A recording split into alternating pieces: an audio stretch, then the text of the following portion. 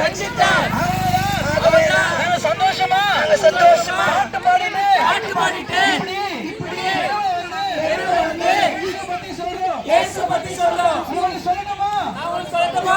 ஒரு நற்செய்தி சொல்றேன். ஒரு நெற்றியை சொல்றேன். இயேசு சீக்கிரமா வரப்போறார். சீக்கிரமா வரப்போறார். சீக்கிரமா வரப்போறார். சீக்கிரமா வரப்போறார். அவரை நீங்க ஏற்றுக்கொண்டீர்கள் என்றால், அவரை நீங்க ஏற்றுக்கொண்டீங்களா? உங்க மனதில் நீங்க நம்புவீங்களா? உங்க மனதில் நீங்க நம்புவீங்களா? நீங்க கூட அந்த இயேசுவோடு கூட கூட வாழ முடியும். அவரோடு கூட பரலோகத்துக்கு போக முடியும். ஐயா, உங்களுக்கு தெரியாத காரியம் ஒன்றும் இல்ல.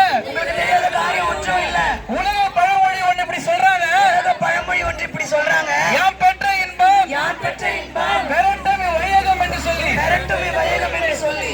அதுக்காகதான் நாங்க வந்து நிக்கிறோம். நாங்க பெற்றுக்கொண்ட ஒரு இன்பத்தை அந்த இன்பம் தான் இயேசு. அவர் மூலமா ரட்சிக்கப்பட்டோம்.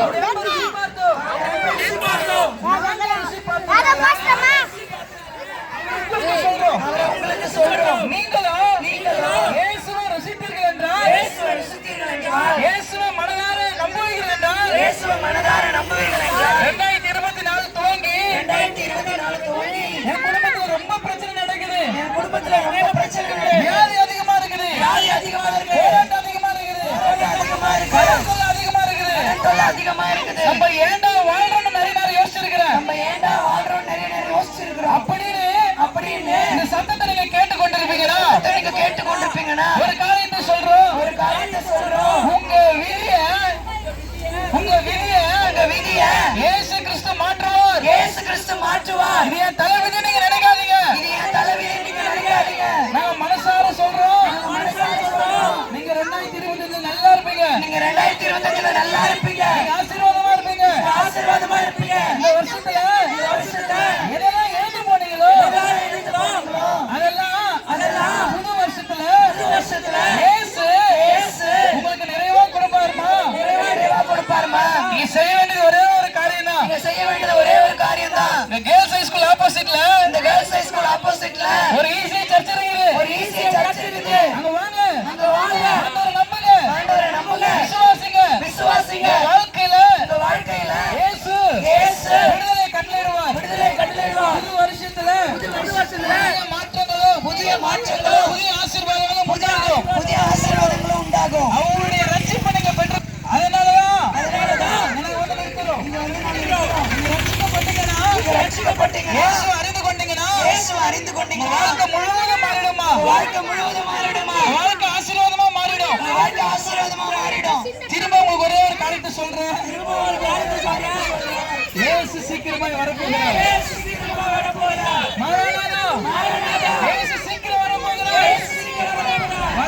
ரட்சகரை மனவாட்டிகளாய் நீங்கள் ஏற்றுக்கொள்ளும் பொழுது உங்க குடும்பங்களிலும் உங்க வாழ்க்கையிலும் பெரிய ஆசீர்வாதம் பெரிய சந்தோஷத்தை இயேசு கட்டளையிடுவார். அல்லேலூயா. உங்களுக்கு இருக்கிற வியாதி, கடன், பண தேவைகள், வீடு கட்ட ஸ்டார்ட் பண்ண அப்படியே நின்னுச்சு.